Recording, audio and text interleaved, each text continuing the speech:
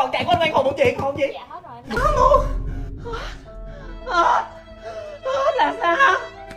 Trời ơi, tổng tài của em. Làm sao con khóc? Trời ơi, Bụt mà cũng đi tiêm HPV nữa hả? Con đi gặp anh Quang Hùng, con lấy cái cạc của anh. Mà sáng giờ giống như con đạp vỏ chuối hay sao, con đi tới đâu con chui nhủi tới đó.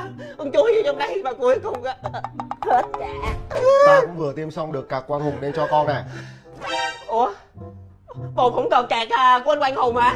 Trời đất ơi, cạc của anh quý giá lắm á nha. Đẹp trai, hát hay, sáng tác giỏi, vì sao mà con vô cùng yêu mến. Mà nghĩ sao hai Bột có xong Bột không trân trọng, Bột đi cho người khác là sao? Mỗi lần ta còn thấy thì nhìn gương là được mà. Nhìn gương, ông làm đi ông Quang Hùng.